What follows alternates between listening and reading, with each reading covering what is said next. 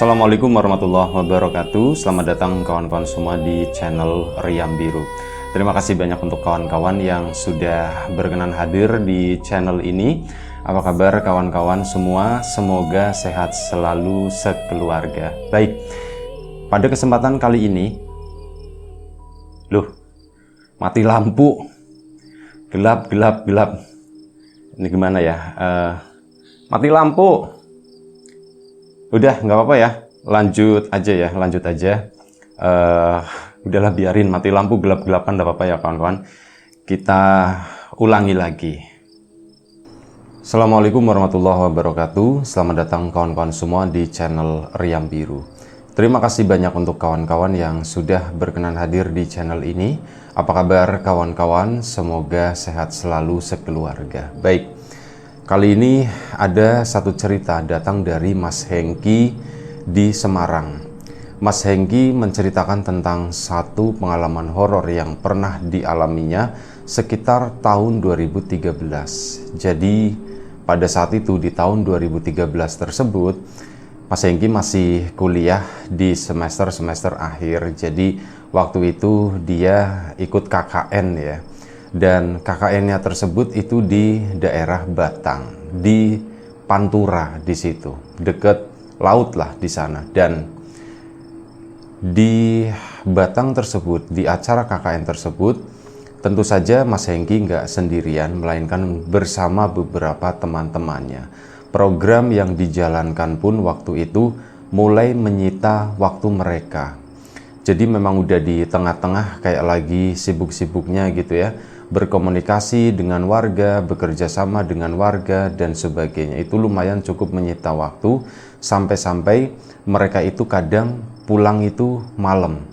Bisa tengah malam, malah pernah. Nah, selama KKN tersebut, Mas Hengki dan kawan-kawan itu menempati sebuah rumah. Ada satu rumah tua yang memang udah lama kosong, tapi kondisinya lumayan cukup terawat ya. Memang disediakan oleh warga di situ, dan di bagian belakang rumah tersebut memang di bagian belakangnya itu udah ketutup, ada bangunan lagi lah, ada ada dinding-dindingnya seperti itu, nggak langsung plong kebun kayak gitu tuh, enggak. Nah, di bagian belakangnya itu ada sumur tua di sana. Nah, ini pada suatu malam Mas Hengki ceritanya, dia tuh memang lagi kegiatan di balai desa di sana, terus pokoknya lagi ada urusan sama warga lah. Nah, waktu itu dia memang lagi nggak enak badan, dan apa yang dia kerjakan, tugas-tugasnya itu udah selesai bagian-bagiannya, dan ya kalau misal tinggal di situ kan buang-buang waktu juga. Dan akhirnya Mas Hengki juga dari awal itu udah ngomong sama teman-temannya, aku nggak enak badan, aku bisa nggak ya pulang duluan, kata Mas Hengki. Dan akhirnya udah, Ki, kamu pulang duluan aja, kamu kan lagi nggak enak badan seperti itu, nanti di sini malah tambah masuk angin, gimana repot gitu kan. Ya sudah deh, aku pulang duluan. Akhirnya sekitar jam setengah 10 malam Mas Hengki itu pulang. Nah, teman-temannya itu baru pulang itu sekitar jam 11 kayak gitu ya, ada masing-masing, jadi nggak berbarengan pulangnya. Nah, Mas Hengki itu pulang duluan karena memang kondisinya tuh lagi ndak enak badan. Begitu sampai di rumah, dia pun langsung tidur di situ. Nah, sebelum-sebelumnya Mas Hengki juga nggak merasa takut, ndak ngerasa gimana. Memang dasarnya dia sendiri juga nggak terlalu takut, bukan orang yang penakut gitu ya. Apalagi di rumahnya itu juga lumayan cukup enak. Sebelum-sebelumnya itu nggak pernah merasakan ada sesuatu yang mengganggu atau gimana. Itu benar-benar sebelumnya itu biasa aja di sana. Nah, akhirnya apa? Dia pulang ke situ karena capek, badan juga nggak enak. Mas Hengki kan langsung tertidur. Sampai dia itu mendengar teman-temannya itu pulang. Oh, sekitar jam setengah 11, jam 11 malam. Ini udah mulai lumayan cukup berisik, dan mungkin mereka juga udah pada capek gitu ya. Jadi ya cuman gebruk doang, ada obrolan sedikit, terus udah, habis itu tuh senyap lagi. Mereka tuh sepertinya begitu nyampe nggak lama itu langsung pada istirahat. Mas Hengki pun ya udah, dia pun lanjut tidur lagi waktu itu. Nah, sekitar jam 1 pagi Mas Hengki itu terbangun gara-gara apa? haus bukan main. Dia itu tadi pulang gak sempet minum, gak sempet apa, langsung istirahat kan. Bangun-bangun itu leher itu rasanya tuh kering banget. Dan akhirnya apa? Dia bangun keluar dari kamar buat nyari. Di situ disediain ada kayak semacam gogok ya, kayak kendi gitu ya, kendi dari tanah liat. Itu kalau diisi air itu kan enak, dingin banget. Nah, biasa anak-anak itu minum dari situ, disediakan oleh tuan rumah yang punya rumah tersebut. Di situ diangkat, loh kok enteng gitu kan, artinya isinya itu udah kosong gitu. Udah airnya habis. Nyari-nyari di situ barangkali ada air kemasan yang sisa dari temennya atau bagaimana gitu. Itu ndak ada sama sekali. Mas Hengki pun mikir, apa aku minum air sumur aja kali ya, orang aku haus banget begini. Dan akhirnya dia pun memutuskan itu, nyari ke belakang udah ndak apa-apa, bismillah katanya, minum air sumur juga alawis lah sedikit ndak apa-apa, pikir Mas Hengki itu begitu. Dan sebelum kita lebih jauh dalam cerita, mohon izin mau dagang sebentar. Bawang gorengnya Wiji, bawang goreng kualitas premium, tanpa campuran apapun, tanpa tepung, tanpa singkong, tanpa micin, benar-benar bawang murni. Digoreng ya, dikasih garam lah biar agak asin gitu ya. Ada 4 varian ukuran di sini. Monggo kawan-kawan yang berminat sesuai dengan selera, ditunggu pesanannya. Untuk kawan-kawan yang kemarin sudah sempat memesan juga terima kasih banyak atas pesanannya. Dan Nyawiji juga sekarang buka kemitraan gitu ya. Beberapa kawan-kawan alhamdulillah sudah gabung hari ini. Mungkin untuk kawan-kawan yang memang suka dagang, suka jualan, pengen ngisi waktu dan sebagainya, atau cuman sekedar belajar, monggo gabung aja, nggak ada salahnya. Di situ juga kita sama-sama ya berbagi ilmu gitu ya. Intinya kita belajar bersama, kita bekerja bersama, dan ya semoga kita bisa maju bersama. Itu aja. Terima kasih. Kita lanjut lagi cerita dari Mas Hengki tadi. Mas Hengki akhirnya apa? Memutuskan untuk keluar ke sana. Ya udah, keluar ke belakang itu juga biasa. Nggak ada perasaan takut sama sekali. Orang kadang pulang gitu ya, misalkan tengah malam nih, misal setengah 12, jam 12 malam itu masih ngobrol-ngobrol begitu kan. Dan rasanya mungkin gerah gitu di daerah dekat pantai situ kan, ya memang cuacanya itu kan panas gitu ya. Kalau nggak ada angin yang ada itu gerah. Habis kegiatan biasanya malam itu Mas Hengki itu mandi juga ya, mandi pagi waktu itu. Ya nggak ada takut-takutnya sama sekali, biasa aja. Nah malam itu pun dia karena udah haus banget, dia pun keluar ke sana, ke belakang menuju ke sumur. Nah akhirnya apa? Sumur itu kan aktif lagi, ada timbanya kayak gitu ya, ada kerekannya dan sebagainya. Dan akhirnya Mas Hengki pun nurunin itu tadi kerekan itu ke bawah buat ngambil air. Kalau dapat mau langsung tak minum aja, glek-glek-glek, udah yang penting tenggorokanku tuh gak sekering sekarang gitu ya. Akhirnya apa? Dia pun ke situ nurunin kerekan ke sumur ke sana. Saat di kerek tersebut, saat udah timba masuk ke air gitu ya, Mas Hengki kan sering nimba manual begitu, jadi apalah beratnya itu ya segitu kisaran. Cuman malam itu tuh aneh, ada sedikit yang berbeda loh. Ini kok air rasanya kok lebih berat. Kok kerekan ini kok lebih berat dari isi air penuh seperti yang aku biasa nimba ini gitu. Kok berat ya, kata Mas Hengki. Tapi pelan-pelan. Mungkin nyangkut sesuatu kali ya, ada apa gitu. Nah begitu diangkat sampai tengah, itu kedengeran ada suara orang ngedehem. Kayak orang yang lagi ngebersihin tenggorokan gitu ya. Ada orang ngedehem, suaranya bukan dari mana-mana, melainkan dari dalam sumur di sini. Kok ada orang ngedehem ya? Siapa ya gitu, kata si Mas Hengki. Siapa ya? Tarik lagi deh gitu. Ngedengeran lagi suara orang ngedehem lagi, dan suara itu bukan suara yang menyeramkan, suara genderuwo atau apa gitu, suaranya gede-gede gitu, enggak.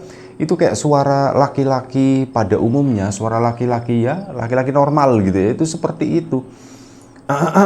Udah ditarik lagi sama Mas Hengki sampai akhirnya timba tadi pun muncul di permukaan. Begitu muncul, Mas Hengki tuh melihat kok airnya begini gitu ya, air itu keruh.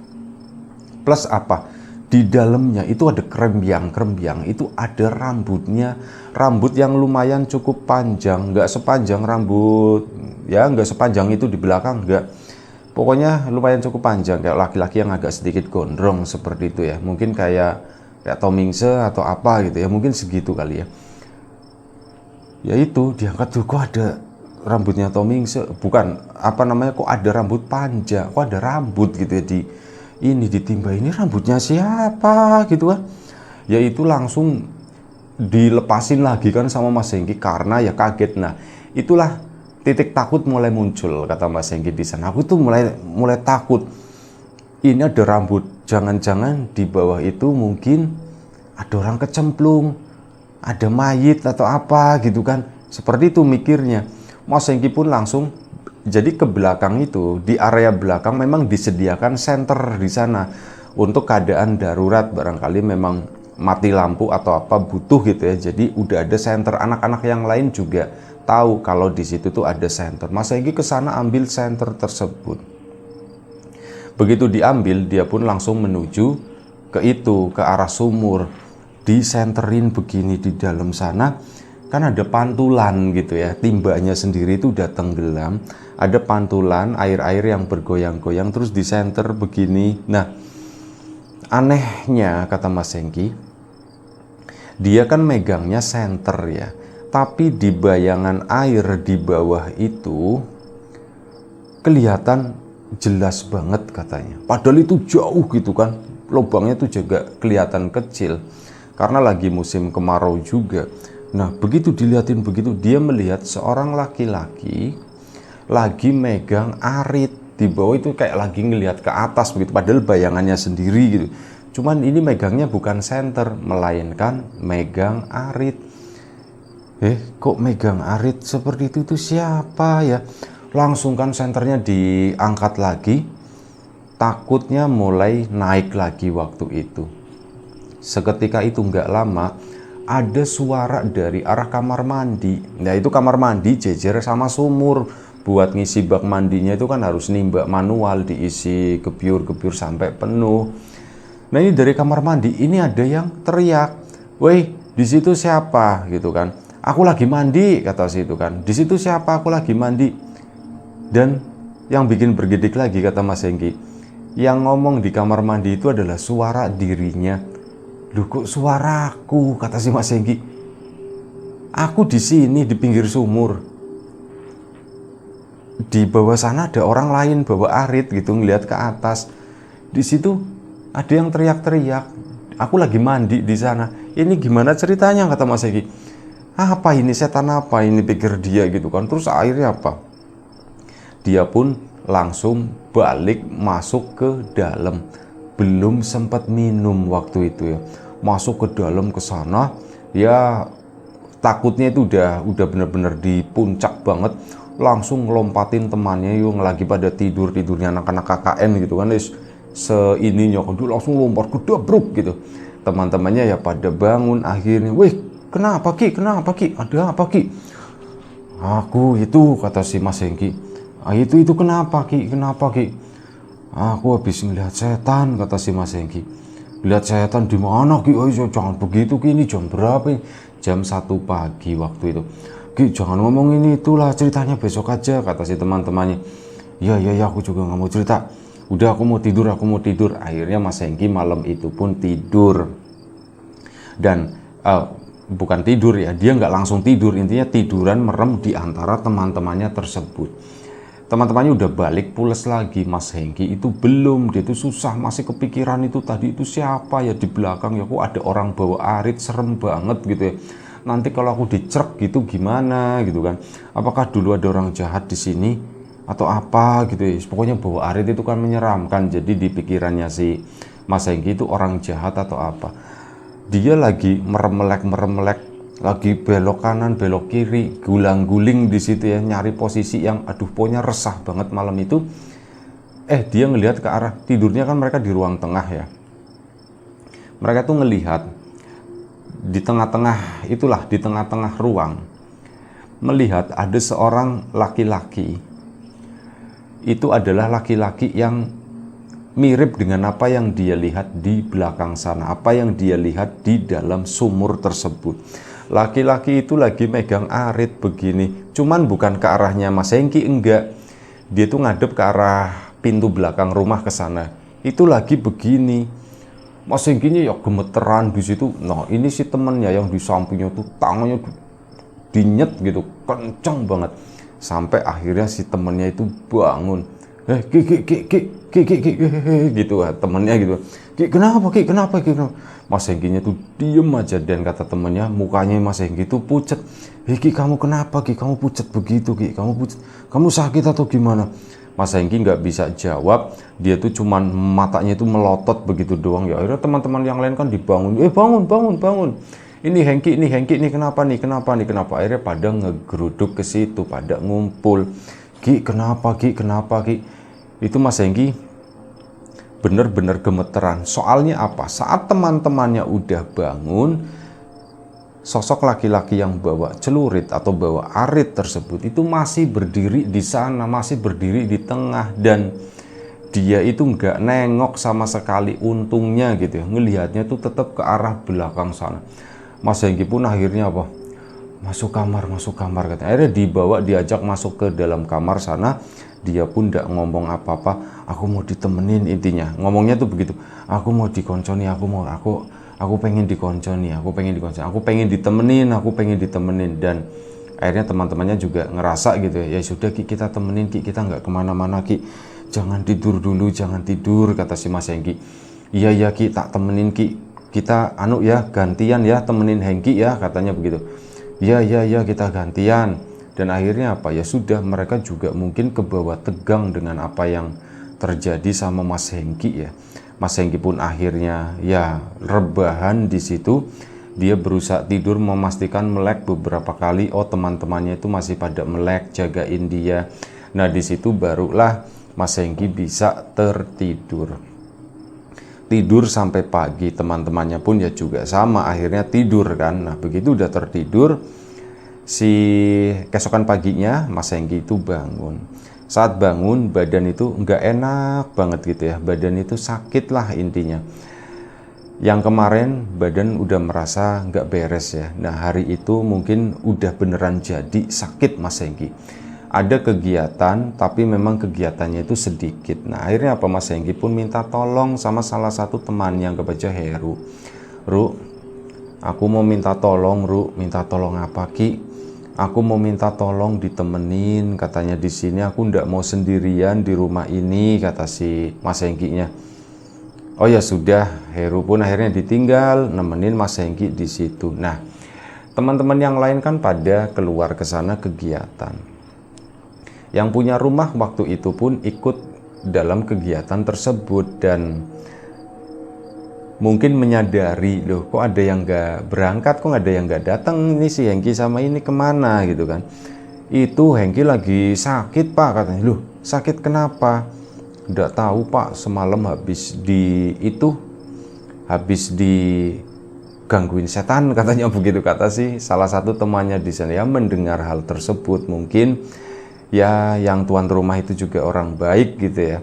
Loh, digangguin setan di mana? Di rumah, katanya. Itu kan rumah dia, maka dari itu mungkin merasa bagaimana gitu ya, merasa bersalah atau apa, atau mungkin merasa bertanggung jawab juga.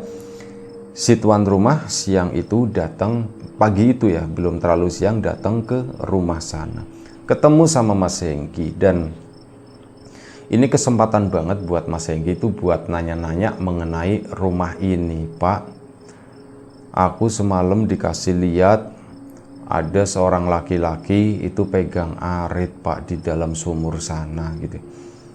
Bapak itu diem aja ya, ditanya itu siapa ya Pak ya. Bapak itu diem sejenak begitu, mendengarkan, memberikan waktu Mas Hengki buat cerita. Dan akhirnya apa? Setelah Mas Hengki selesai dengan pertanyaannya, Bapak pun menjawab. Jadi dulu banget, sekitar tahun 65, sumur ini pernah ditutup, kata si Bapak tadi. Sumur ini pernah ditutup. Loh Pak, kenapa ditutup gitu kan? Ya, padahal waktu itu sumur ini tuh belum lama dibikin, ya baru berapa tahun, kemudian ditutup lah ya, kita tutup pakai kayu begitu kan, udah ini jangan dipakai lagi. Soalnya apa? Dulu sumur ini tuh suka salah manggil, katanya. Hah? Salah manggil gimana Pak? Ya ndak tahu kalau istilahnya orang tua yang membingungkan katanya. Di sumur itu tuh banyak yang hidup, banyak gemak-gemak di sana, orang-orang yang pernah tinggal di situ. Aku sendiri yo ndak ngerti, kata si ini ya. Pak, itu memang sumur baru berapa tahun dipakai, baru berapa tahun dibikin, waktu ditutup itu. Katanya sih begitu, saya sendiri ndak tahu, ya bisa jadi mungkin sebenarnya udah lama atau bagaimana. Cuman yang saya dengar tuh kalau ndak salah ya baru beberapa tahun gitu ya, terus kemudian ditutup. Gara-gara begitu suka kedengeran ada suara orang manggil dari dalam ke sana. Nah, kalau dipanggil sama sumur itu nanti apa? Si orang itu kalau lagi apes ya dia tuh bakal nyemplung ke dalam sana. Duh Pak, serem banget Pak. Iya, lah Pak, itu yang bawa celurit itu siapa Pak? Itu diem aja begitu kan si bapak tadi. Sampai akhirnya ya Mas Hengki nggak maksain gimana gitu ya.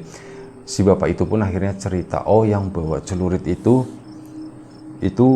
kakek saya, katanya begitu. Hah, kakeknya bapak?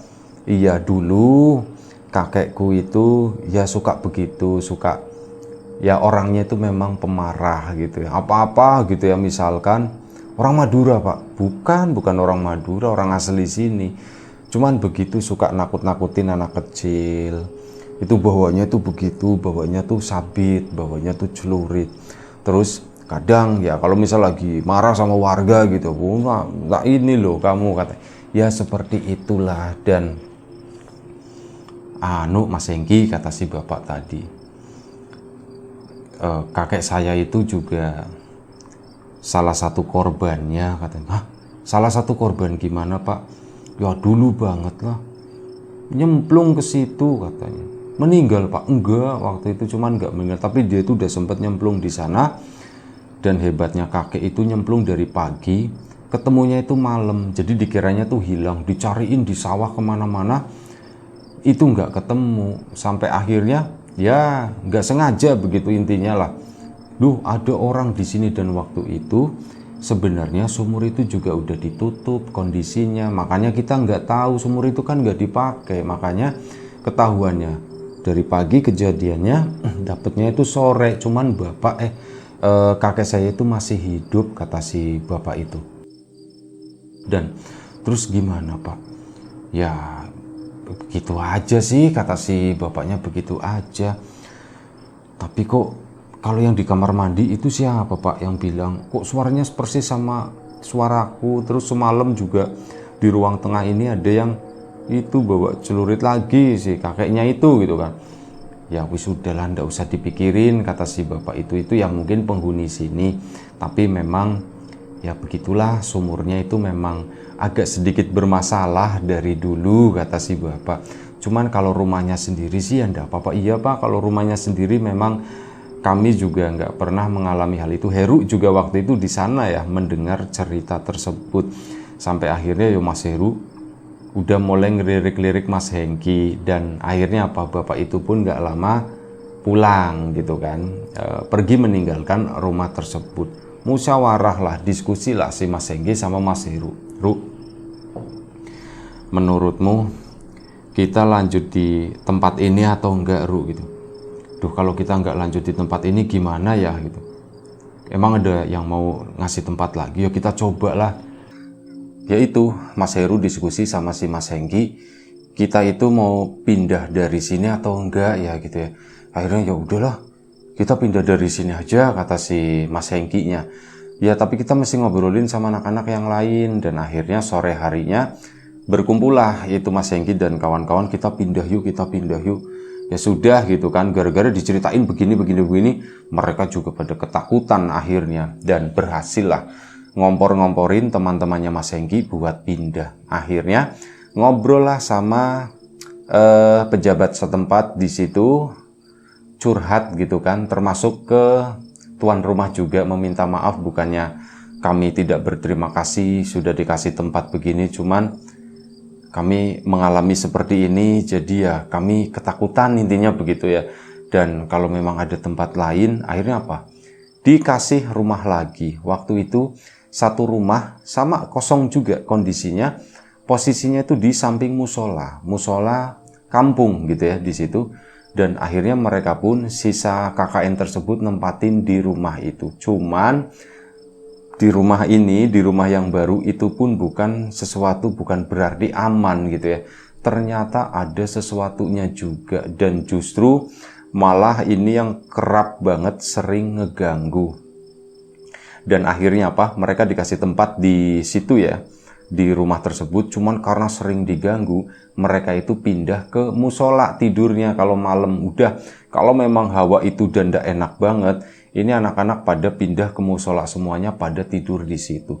Jadi di salah satu kamar itu kan ada 3 kamar rumah tersebut. Nah ini di kamar belakang, kalau malam mereka itu lagi pada tidur, itu suka kedengeran gedebak gedebuk gitu, duk duk duk duk duk, kayak ada yang lompat-lompat. Dan pernah ada yang lihat ternyata di dalamnya itu ada satu sosok pocong di sana yang kalau malam itu suka keliling rumah di situ. Ini anak-anak yang pada tidur di kamar misalkan ya, pertama mereka tidurnya tuh di kamar, itu ngelihat si sosok tadi, si pocong itu tuh jalan-jalan malam-malam, entah lompat-lompat atau apa dengan gayanya lah, apapun itu tuh jalan-jalan. Terus kalau misal lagi mandi di belakang gitu ya, ini juga suka ditongkrongin di situ, buka pintu jegrek. Si sosok pocong itu ya jaraknya memang nggak langsung di depan pintu, tapi agak ke sana yang lumayan cukup gelap. Tapi ya begitu gerak-gerak, goyang-goyang dengan wujud yang seperti itu. Dan ya hal itu bikin trauma lah buat anak-anak, teman-temannya Mas Hengki yang tinggal di tempat tersebut. Dari situ, karena sudah pindah satu tempat ke tempat yang lain, anak-anak kan juga nggak enak lah kalau misal loh nawar lagi, minta pindah lagi, itu nggak enak. Akhirnya apa, udah yuk kita tidurnya di musola aja, yuk kita tidurnya di musola. Waktu itu sempat ada yang ngomong, nanti kalau di musola ada jinnya gimana gitu. Ya udahlah, nggak ada tempat lain, udah kita rame-rame aja, kita tidurnya di teras gitu ya. Akhirnya sudah, mereka pun sisanya itu tidurnya itu di sana, di musola. Untungnya musolanya itu baik-baik aja, maksudnya nggak ada gangguan atau apapun begitu ya. Akhirnya mereka itu betah di situ. Masuk ke rumah sana itu nggak, meskipun siang itu nggak ada yang berani sendiri. Soalnya apa? Sosok pocong tadi itu munculnya nggak cuma malam hari, siang pun bisa muncul, bisa kelihatan di dalam kamar yang satu itu. Makanya pada trauma, pada takut, mereka kalau masuk ke rumah itu minimal berdua gitu. Nggak mau sendiri, intinya mau ganti, mau ngambil pakaian, mau apa, itu minimal itu berdua. Dan ya ceritanya segitu aja, satu cerita dari Mas Hengki. Dan akhirnya KKN pun selesai, kembalilah ke tempat masing-masing gitu ya, ke kampus sana. Baik, terima kasih Mas Hengki atas ceritanya. Kawan-kawan di rumah juga terima kasih banyak atas support dan dukungannya, apapun itu, kawan-kawan subscriber, kawan-kawan membership, kawan-kawan yang udah kasih support dalam bentuk super thanks ke Riam Biru, terima kasih banyak atas supportnya. Kawan-kawan yang udah ngasih like, udah nge-share ke yang lainnya, kawan-kawan yang udah ninggalin komentar juga terima kasih banyak. Kawan-kawan yang sudah memesan bawang gorengnya Wiji, tentu saja terima kasih banyak atas pesanannya. Untuk kawan-kawan yang mungkin belum sempat memesan, ya ditunggu pesanannya. Dan mungkin untuk kawan-kawan yang ingin join di program kemitraannya Wiji, silakan ditunggu, selamat datang, gratis gitu ya. Itu aja doa terbaik dari kami untuk kawan-kawan. Semoga selalu diberi kemudahan dalam hal apapun, termasuk kemudahan dalam hal rezeki. Yang sakit segera diberi kesembuhan, yang sehat tetap dijaga kesehatannya. Baik, sampai jumpa di episode selanjutnya Riam Biru. Jaga kesehatan kawan-kawan semuanya. Assalamualaikum warahmatullahi wabarakatuh.